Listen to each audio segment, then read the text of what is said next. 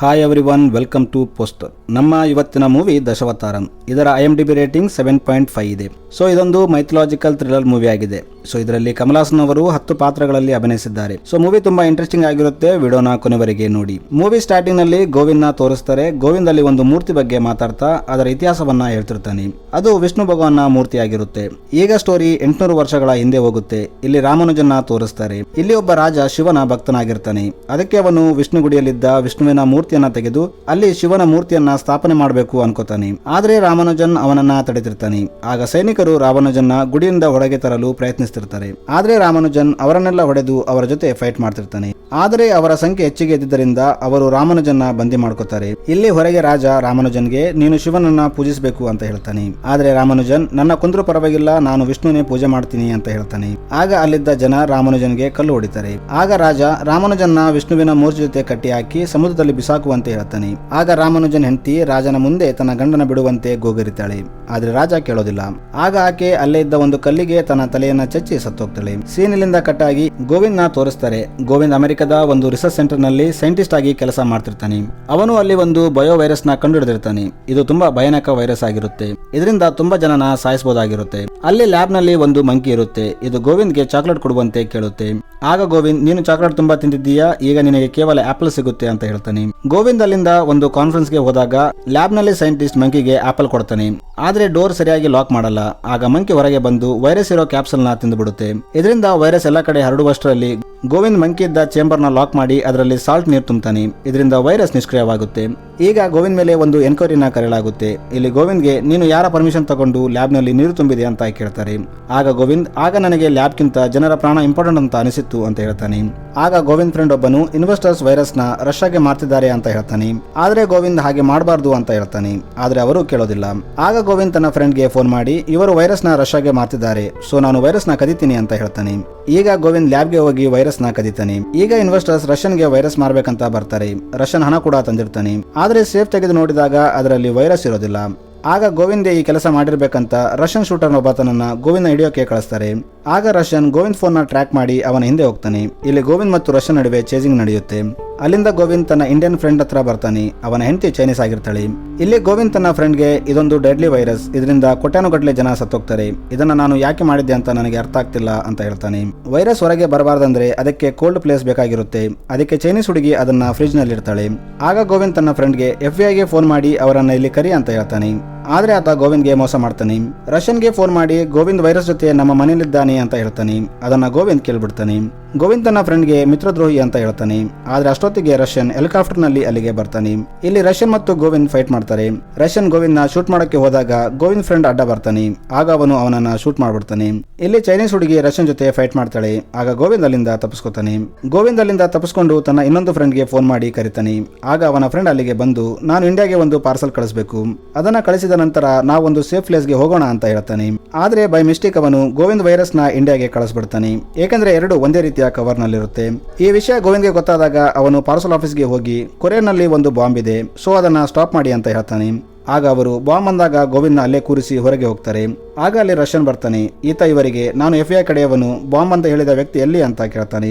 ಅವರು ಗೋವಿಂದ್ ಇದ್ದ ಜಾಗಕ್ಕೆ ಬಂದಾಗ ರಷ್ಯನ್ ನ ನೋಡಿ ಗೋವಿಂದ್ ಅಲ್ಲಿಂದ ಎಸ್ಕೇಪ್ ಆಗಿರ್ತಾನೆ.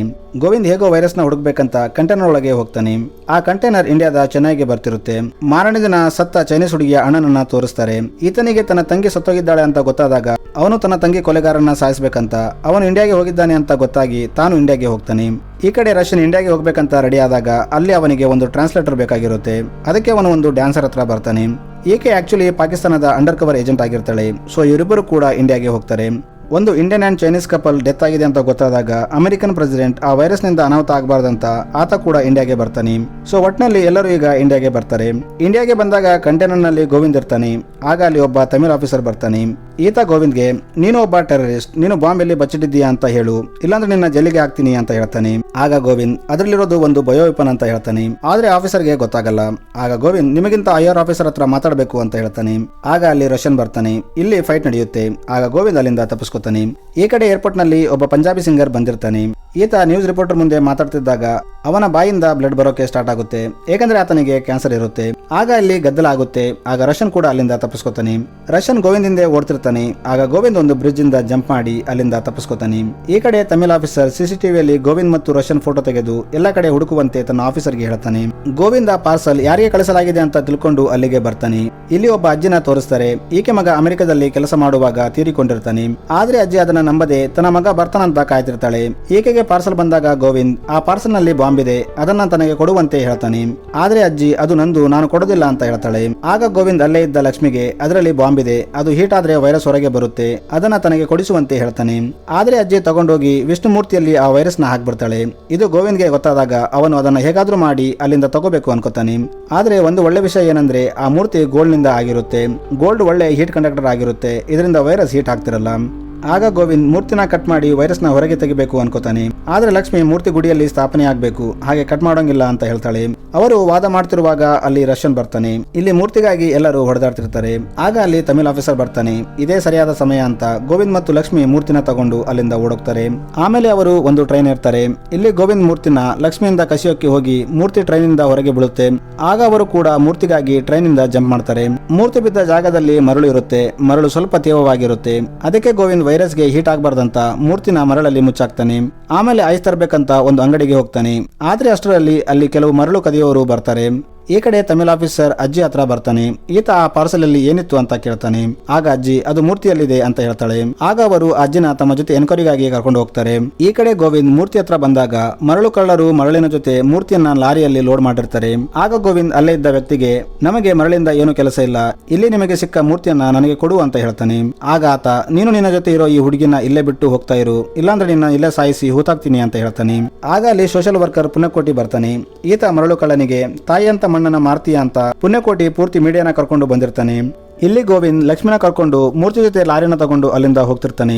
ಆಗ ಲಕ್ಷ್ಮಿ, ನೀನು ಏನೇನು ಮಾಡ್ತಾ ಇದ್ದೀಯಾ, ನನ್ನ ಸಾಯಿಸುವವರೆಗೂ ನೀನು ಸುಮ್ಮನೆ ಕೂಡೋ ತರ ಕಾಣ್ತಾ ಇಲ್ಲ, ನೀನು ಮೊದಲು ಲಾರಿನ ನಿಲ್ಲಿಸು ಅಂತ ಹೇಳ್ತಾಳೆ. ಆಗ ಗೋವಿಂದ್ ಲಾರಿ ನಿಲ್ಸಲ್ಲ. ಆಗ ಲಕ್ಷ್ಮಿ ಸ್ಟೇರಿಂಗ್ ಇಟ್ಕೋತಾಳೆ. ಆಗ ಬ್ಯಾಲೆನ್ಸ್ ತಪ್ಪಿ ಲಾರಿ ಒಂದು ಟೆಂಪೋಗೆ ಗುದ್ಕೊಳ್ಳುತ್ತೆ. ಅದರಲ್ಲಿ ಒಂದು ಮುಸ್ಲಿಂ ಫ್ಯಾಮಿಲಿ ಇರುತ್ತೆ. ಆಗ ಗೋವಿಂದ ಫ್ಯಾಮಿಲಿಗೆ ಹೆಲ್ಪ್ ಮಾಡಿ ಹಾಸ್ಪಿಟಲ್ಗೆ ಕರ್ಕೊಂಡು ಹೋಗ್ತಾನೆ. ಇಲ್ಲಿ ತಮಿಳ್ ಆಫೀಸರ್ ಗೋವಿಂದ್ನ ಫಾಲೋ ಮಾಡ್ತಾ ಹಾಸ್ಪಿಟಲ್ಗೆ ಬರ್ತಾನೆ. ಇಲ್ಲಿ ಹಬೀಬುಲ್ಲಾಗೆ ಗೋವಿಂದ ನೋಡಿದೀಯಾ ಅಂತ ಕೇಳ್ತಾನೆ. ಆಗ ಆತ ಇಲ್ಲ ಅಂತ ಹೇಳ್ತಾನೆ, ಏಕೆಂದರೆ ಗೋವಿಂದ್ ತನ್ನ ಫ್ಯಾಮಿಲಿಗೆ ಹೆಲ್ಪ್ ಮಾಡಿರ್ತಾನೆ. ಇನ್ನೊಂದು ಕಡೆ ಪಂಜಾಬಿ ಸಿಂಗರ್ನ ತೋರಿಸ್ತಾರೆ. ಈತನಿಗೆ ಡಾಕ್ಟರ್, ಕ್ಯಾನ್ಸರ್ ತುಂಬಾ ಅಡ್ವಾನ್ಸ್ ಸ್ಟೇಜ್ಗೆ ಹೋಗಿದೆ, ನೀವು ಆಪರೇಷನ್ ಮಾಡಿಸ್ಕೋಬೇಕು, ಅಂದ್ರೆ ಮಾತ್ರ ಬದುಕ್ತೀರಿ, ಇಲ್ಲಾಂದ್ರೆ ಇನ್ನು 6 ತಿಂಗಳಲ್ಲಿ ಸತ್ತೋಗ್ತೀರಿ. ಆದ್ರೆ ಇನ್ನೊಂದು ವಿಷಯ, ಆಪರೇಷನ್ ಆದ್ರೆ ನೀವು ನಿಮ್ಮ ವಾಯ್ಸ್ ನ ಕಳ್ಕೊತೀರಿ, ಮತ್ತೆ ಯಾವತ್ತೂ ಹಾಡೋಕ್ಕಾಗಲ್ಲ ಅಂತ ಹೇಳ್ತಾನೆ. ಆಗ ಸಿಂಗರ್, ನನ್ನ ಫ್ಯಾಮಿಲಿಗೋಸ್ಕರ ನಾನು ಬದುಕಬೇಕು, ಅದಕ್ಕೆ ಆಪರೇಷನ್ ಮಾಡಿ ಅಂತ ಹೇಳ್ತಾನೆ. ಆದ್ರೆ ಇವತ್ತು ಒಂದು ಕಾನ್ಸರ್ಟ್ ಇದೆ, ಅದನ್ನ ಮುಗಿಸಿಕೊಂಡು ಬರ್ತೀನಿ ಅಂತ ಹೇಳ್ತಾನೆ. ಆಗ ಡಾಕ್ಟರ್ ಸರಿ ಅಂತ ಒಂದು ಕೋಲ್ಡ್ ಬಾಕ್ಸ್ ನಲ್ಲಿ ಸಿಂಗರ್ಗೆ ಔಷಧಿ ಕೊಟ್ಟು ಕಳಿಸ್ತಾನೆ. ಈ ಕಡೆ ಹಬೀಬುಲ್ಲಾ ಮತ್ತು ಗೋವಿಂದ್ ಕೂಡ ಅದೇ ಹಾಸ್ಪಿಟಲ್ ನಲ್ಲಿ ಇರ್ತಾರೆ. ಗೋವಿಂದ್ ವೈರಸ್ ನ ಸೇಫ್ ಆಗಿ ಇಡೋಕೆ ಒಂದು ಕೋಲ್ಡ್ ಬಾಕ್ಸ್ ನಲ್ಲಿ ಮೂರ್ತಿಯನ್ನ ಇಟ್ಟಿರ್ತಾನೆ. ಆಗ ಅಲ್ಲಿ ರಶನ್ ವಿಲನ್ ಕೂಡ ಬರ್ತಾನೆ. ಸೊ ಗೋವಿಂದ್ ಅವನಿಂದ ತಪ್ಪಿಸಿಕೊಳ್ಳಕ್ಕೆ ಒಂದು ಲಿಫ್ಟ್ ಒಳಗೆ ಬರ್ತಾನೆ. ಅದರಲ್ಲಿ ಪಂಜಾಬಿ ಸಿಂಗರ್ ಫ್ಯಾಮಿಲಿ ಕೂಡ ಇರುತ್ತೆ. ಇಲ್ಲಿ ಬೈ ಮಿಸ್ಟೇಕ್ ಕೋಲ್ಡ್ ಬಾಕ್ಸ್ ಗಳು ಎಕ್ಸ್ಚೇಂಜ್ ಆಗ್ಬಿಡುತ್ತವೆ. ಈಗ ನಮಗೆ ಚೈನೀಸ್ ಮ್ಯಾನ್ ನ ತೋರಿಸ್ತಾರೆ. ಈತ ತನ್ನ ತಂಗಿಯ ಕೊಲೆಗಾರನ ಹುಡುಕೊಂಡು ಇಂಡಿಯಾಗೆ ಬಂದಿರ್ತಾನೆ. ರಶನ್ಗೆ ಹಬೀಬುಲ್ಲಾ ಅಡ್ರೆಸ್ ಗೊತ್ತಾಗುತ್ತೆ. ಅವನು ಅಲ್ಲಿಗೆ ಬರ್ತಾನೆ. ಇಲ್ಲಿ ಗೋವಿಂದ್ ಕೂಡ ಇರ್ತಾನೆ. ಆಗ ರಶನ್ ಗೋವಿಂದ್ಗೆ ವೈರಸ್ ಕೊಡುವಂತೆ ಹೇಳ್ತಾನೆ. ಆದ್ರೆ ಬಾಕ್ಸ್ ಓಪನ್ ಮಾಡಿದಾಗ ಅದರಲ್ಲಿ ಮೆಡಿಸಿನ್ ಇರುತ್ತೆ. ಆಗ ಗೋವಿಂದ್ ಸಿಂಗರ್ ಬಾಕ್ಸ್ ಜೊತೆ ಎಕ್ಸ್ಚೇಂಜ್ ಆಗಿರ್ಬೋದು ಅಂತ ಹೇಳ್ತಾನೆ. ಈ ಕಡೆ ತಮಿಳ್ ಆಫೀಸರ್ಗೂ ಗೋವಿಂದ್ ಹಬೀಬುಲ್ಲಾ ಮನೆಯಲ್ಲಿದ್ದಾನೆ ಅಂತ ಗೊತ್ತಾಗುತ್ತೆ. ಅವನು ಪೊಲೀಸರ ಜೊತೆಗೆ ಅಲ್ಲಿಗೆ ಬರ್ತಾನೆ. ಹಾಗೆ ಹಬೀಬುಲ್ಲಾ ಗೋವಿಂದ್ಗೆ, ನೀವು ನನ್ನ ಫ್ಯಾಮಿಲಿನ ಕಾಪಾಡಿದ್ದೀರಿ, ಈಗ ನಾನು ನಿಮ್ಮನ್ನ ಕಾಪಾಡ್ತೀನಿ, ನೀವು ಹಿಂದೆ ಡೋರ್ ಇಂದ ಹೊರಗೆ ಹೋಗಿ ಅಂತ ಹೇಳ್ತಾನೆ. ಈಗ ಹಬೀಬುಲ್ಲಾ ಆಫೀಸರ್ ಹತ್ರ ಬರ್ತಾನೆ. ಆಫೀಸರ್ ಹಬೀಬುಲ್ಲಾಗೆ ಗೋವಿಂದ್ ಎಲ್ಲಿ ಅಂತ ಕೇಳ್ತಾನೆ. ಆದ್ರೆ ಹಬೀಬ್ ಗೊತ್ತಿಲ್ಲ ಅಂತ ಹೇಳ್ತಾನೆ. ಆಗ ಆಫೀಸರ್, ನೀವೆಲ್ಲ ಒಂದೇ ಟೆರರಿಸ್ಟ್ ಗ್ರೂಪ್ ನವರು, ಈ ಪೂರ್ತಿ ಏರನ್ನ ಅರೆಸ್ಟ್ ಮಾಡ್ತೀನಿ ಅಂತ ಹೇಳ್ತಾನೆ. ಆದ್ರೆ ಅಲ್ಲಿ ತುಂಬಾ ಜನ ಇದ್ದಿದ್ದರಿಂದ ಅವರನ್ನ ಅಲ್ಲೇ ಇದ್ದ ಒಂದು ಮಸೀದಿಯಲ್ಲಿ ಇಡ್ತಾನೆ. ಈಗ ಸಿಂಗರ್ ಕಾನ್ಸರ್ಟ್ ನ ತೋರಿಸ್ತಾರೆ. ಇಲ್ಲಿ ಈತ ತುಂಬಾ ಜೋಶ್ನಿಂದ ಪರ್ಫಾರ್ಮ್ ಮಾಡ್ತಿರ್ತಾನೆ. ಆಗ ಅಲ್ಲಿ ರಶನ್ ಮತ್ತು ಗೋವಿಂದ್ ಮೂರ್ತಿಗೋಸ್ಕರ ಬರ್ತಾರೆ. ಇಲ್ಲಿ ಗೋವಿಂದ್ ಮತ್ತು ರಶನ್ ನಡುವೆ ಫೈಟ್ ನಡೆಯುತ್ತೆ. ಆಗ ರಶನ್ ಗೋವಿಂದ್ ನ ಶೂಟ್ ಮಾಡೋದ್ರಲ್ಲಿರ್ತಾನೆ. ಆಗ ಬುಲೆಟ್ ಮಿಸ್ ಆಗಿ ಸಿಂಗರ್ಗೆ ಬೀಳುತ್ತೆ. ಈ ಕಡೆ ತಮಿಳ್ ಆಫೀಸರ್ಗೆ ಒಬ್ಬ ಸೈಂಟಿಸ್ಟ್ ಫೋನ್ ಮಾಡಿ, ಆ ಮೂರ್ತಿಯಲ್ಲಿ ಒಂದು ಡೆಡ್ಲಿ ವೈರಸ್ ಇದೆ, ಅದು ಹೊರಗೆ ಬಂದ್ರೆ ಕೋಟ್ಯಾನುಗಟ್ಲೆ ಜನ ಸಾಯ್ತಾರೆ, ಅದನ್ನ ತಡಿಬೇಕಂದ್ರೆ ವೈರಸ್ ನ ಸೋಡಿಯಂ ಜೊತೆ ಇಡಬೇಕು, ಅದಕ್ಕೆ ಟನ್ ಗಟ್ಲೆ ಸೋಡಿಯಂ ಬೇಕು ಅಂತ ಹೇಳ್ತಾನೆ. ಈ ಕಡೆ ಗೋವಿಂದ್ ರಶನ್ ಇಂದ ತಪ್ಪಿಸಿಕೊಂಡು ಸಮುದ್ರ ಹತ್ರ ಬರ್ತಾನೆ. ಆದ್ರೆ ಅಲ್ಲಿ ರಶನ್ ಕೂಡ ಬಂದ್ಬಿಡ್ತಾನೆ. ಇಲ್ಲಿ ಗೋವಿಂದ್ ಮತ್ತು ರಶನ್ ಮೂರ್ತಿಗೋಸ್ಕರ ಫೈಟ್ ಮಾಡ್ತಿರ್ತಾರೆ. ಆಗ ಅಲ್ಲಿ ಚೈನೀಸ್ ಮ್ಯಾನ್ ಕೂಡ ಬರ್ತಾನೆ. ಈತ ರಶನ್ ಜೊತೆ ಫೈಟ್ ಮಾಡ್ತಾನೆ. ಚೈನೀಸ್ ಮ್ಯಾನ್ ಗೆ ಮಾರ್ಷಲ್ ಆರ್ಟ್ ಬರ್ತಿರುತ್ತೆ. ಅದಕ್ಕೆ ಅವನು ರಶನ್ ನ ಆಲ್ಮೋಸ್ಟ್ ಸಾಯಿಸೋದ್ರಲ್ಲಿರ್ತಾನೆ. ಆಗ ರಶನ್ ತಾನು ಸಾಯ್ತಾನಂತ ಗೊತ್ತಾದಾಗ ಅವನು ಆ ವೈರಸ್ ಇದ್ದ ಕ್ಯಾಪ್ಸೂಲ್ ನ ತನ್ನ ಬಾಯಿಂದ ಕೈಯಿಂದ ಕಡ್ದು ಬಿಡ್ತಾನೆ. ಇದರಿಂದ ವೈರಸ್ ಎಲ್ಲ ಕಡೆ ಸ್ಪ್ರೆಡ್ ಆಗ್ತಿರುತ್ತೆ. ತಮಿಳ್ ಆಫೀಸರ್ ಹೆಲಿಕಾಪ್ಟರ್ ನಿಂದ ಇದೆಲ್ಲ ನೋಡ್ತಿರ್ತಾನೆ. ಆಗ ಅಲ್ಲಿ ಅಚಾನಕ್ ಆಗಿ ಸುನಾಮಿ ಬರುತ್ತೆ. ಇದರಿಂದ ವೈರಸ್ ಫೇಲ್ ಆಗುತ್ತೆ, ಏಕೆಂದ್ರೆ ಸಮುದ್ರದ ನೀರಿನಲ್ಲಿ ಸೋಡಿಯಂ ಅತಿ ಹೆಚ್ಚು ಪ್ರಮಾಣದಲ್ಲಿರುತ್ತೆ. ಈಗ ಸುನಾಮಿಯಿಂದ ತುಂಬಾ ಜನ ಸತ್ತೋಗ್ತಾರೆ. ಆಗ ಅಲ್ಲಿ ಅಣ್ಣನ ತೋರಿಸ್ತಾರೆ. ಈತ ಪುಣ್ಯಕೋಟಿಗೆ ತನ್ನ ವ್ಯಾಪಾರದಿಂದ ದೂರ ಇರು, ಇಲ್ಲಾಂದ್ರೆ ನಿನ್ನ ಸಾಯಿಸ್ಬಿಡ್ತೀನಿ ಅಂತ ಹೇಳ್ತಾನೆ. ಆದ್ರೆ ಅಣ್ಣ ನನ್ನ ಪ್ರಾಣ ಇರುವವರೆಗೂ ಭೂಮಿ ತಾಯಿನ ಮಾರೋಕೆ ಬಿಡೋದಿಲ್ಲ ಅಂತ ಹೇಳ್ತಾನೆ. ಇಲ್ಲಿ ಅಣ್ಣ ಮಗನ ಬರ್ತ್ಡೇ ಪಾರ್ಟಿ ಇರುತ್ತೆ. ಆಗ ಸುನಾಮಿ ಬಂದು ಆತನ ಮಗ ಕೊಚ್ಚಿ ಹೋಗ್ತಿರ್ತಾನೆ. ಆದ್ರೆ ಪುಣ್ಯಕೋಟಿ ಆತನ ಮಗನನ್ನ ಕಾಪಾಡ್ತಾನೆ. ಆದ್ರೆ ಲಾಸ್ಟ್ಗೆ ಕಾರಲ್ಲಿ ಸಿಕ್ಕಿಕೊಂಡು ಪುಣ್ಯಕೋಟಿ ಸತ್ತೋಗ್ತಾನೆ.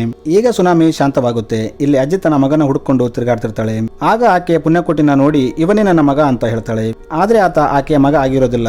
ಆದ್ರೆ ಆಕೆ ಆತನನ್ನ ತನ್ನ ಮಗ ಅನ್ಕೋತಾಳೆ. ಇನ್ನೊಂದು ಕಡೆ ಹಬೀಬುಲ್ಲಾ ಮತ್ತು ಅವನ ಪೂರ್ತಿ ಏರಿಯಾ ಬದುಕೊಂಡಿರುತ್ತೆ, ಏಕೆಂದ್ರೆ ಅವರು ಸುನಾಮಿ ಬಂದಾಗ ಮಸೀದಿಯಲ್ಲಿ ಇರ್ತಾರೆ. ಈಗ ಸಿಂಗರ್ನ ತೋರಿಸ್ತಾರೆ. ಸಿಂಗರ್ಗೆ ಆಪರೇಷನ್ ಆಗುತ್ತೆ. ಆತ ಪೂರ್ತಿಯಾಗಿ ಗುಣ ಹೊಂದಿರ್ತಾನೆ. ಅವನ ವಾಯ್ಸ್ ಕೂಡ ಹೋಗಿರೋದಿಲ್ಲ. ಈಗ ಅವನು ಹಾಡು ಕೂಡ ಹಾಡಬಹುದಾಗಿರುತ್ತೆ, ಏಕೆಂದ್ರೆ ರಶನ್ ಹೊಡೆದ ಬುಲೆಟ್ ಕ್ಯಾನ್ಸರ್ ಇದ್ದ ಜಾಗವನ್ನ ತೆಗೆದಿರುತ್ತೆ. ಈ ಕಡೆ ಲಕ್ಷ್ಮಿ ಈಗ ಗೋವಿಂದ್ ನ ಲವ್ ಮಾಡ್ತಿರ್ತಾಳೆ. ಈಕೆ ಗೋವಿಂದ್ಗೆ ದೇವರು ಇಲ್ಲ ಅಂತ ಹೇಳ್ಬೇಡ, ದೇವರೇ ಆ ವೈರಸ್ ನಿಂದ ನಮ್ಮನ್ನ ಕಾಪಾಡಿದ್ದಾರೆ ಅಂತ ಹೇಳ್ತಾಳೆ.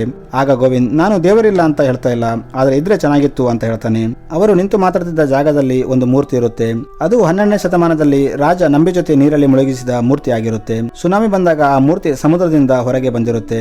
ಮೂವಿ ಕೊನೆಯಲ್ಲಿ ಕಮಲ್ ಹಾಸನ್ ರವರು ಅಭಿನಯಿಸಿದ 10 ಅವತಾರಗಳನ್ನ ತೋರಿಸ್ತಾರೆ. ಅವು ಯಾವೆಂದರೆ American president George Bush, Russian ಅಜ್ಜಿ, Tamil officer, Habibullah, Chinese man, Punjabi singer, Punyakoti ಮತ್ತು ಗೋವಿಂದ್. ಸೊ ಇವೆಲ್ಲ ರೋಲ್ ನಲ್ಲಿ ಕಮಲ್ ಹಾಸನ್ ಅವರು ಮಿಂಚಿದ್ದಾರೆ. ಸೊ ಸ್ನೇಹಿತರೆ, ಇದು ದಶಾವತಾರ ಮೂವಿ ಎಕ್ಸ್ಪ್ಲನೇಷನ್ ಆಗಿದೆ. ಎಕ್ಸ್ಪ್ಲನೇಷನ್ ಇಷ್ಟವಾದರೆ ವಿಡಿಯೋನ ಲೈಕ್ ಮತ್ತು ಸಬ್ಸ್ಕ್ರೈಬ್ ಮಾಡಿ, ಯಾಕಂದ್ರೆ ತುಂಬಾ ಜನ ಸಬ್ಸ್ಕ್ರೈಬ್ ಮಾಡದೆ ವಿಡಿಯೋನ ನೋಡ್ತಾ ಇದ್ದೀರಾ. ಸಬ್ಸ್ಕ್ರೈಬ್ ಮಾಡೋದ್ರಿಂದ ಇನ್ನು ಹೆಚ್ಚು ವಿಡಿಯೋಗಳನ್ನ ಮಾಡೋಕೆ ಮೋಟಿವೇಶನ್ ಸಿಗುತ್ತೆ. ಇನ್ನೊಂದು ವಿಷಯ ಏನಂದ್ರೆ, ಯಾವ್ದಾದ್ರು ಮೂವಿ ಸ್ಟೋರಿನ ಕೇಳಬೇಕಂತ ನಿಮಗೆ ಇಷ್ಟ ಇದ್ರೆ ಮೂವಿ ಹೆಸರನ್ನ ಕಾಮೆಂಟ್ ಮಾಡಿ. ಸೊ ಮುಂದಿನ ವಿಡಿಯೋದಲ್ಲಿ ಸಿಗೋಣ. ಅಲ್ಲಿಯವರೆಗೆ ಟೇಕ್ ಕೇರ್.